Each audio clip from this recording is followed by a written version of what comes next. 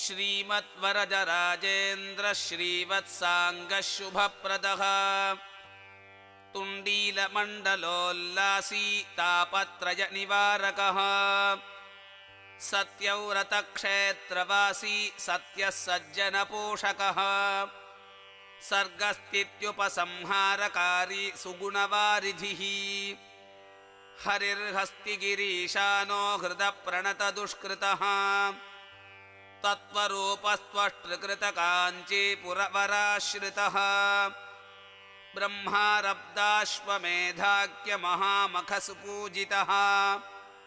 वेदवेद्यो वेगवती वेगभीतात्मभूस्ततः विश्वसेतुर्वेगवती सेतुर्विश्वादिको नघः यथोक्तकारिनामाढ्यो यज्ञप्रत्यज्ञरक्षकः ब्रह्म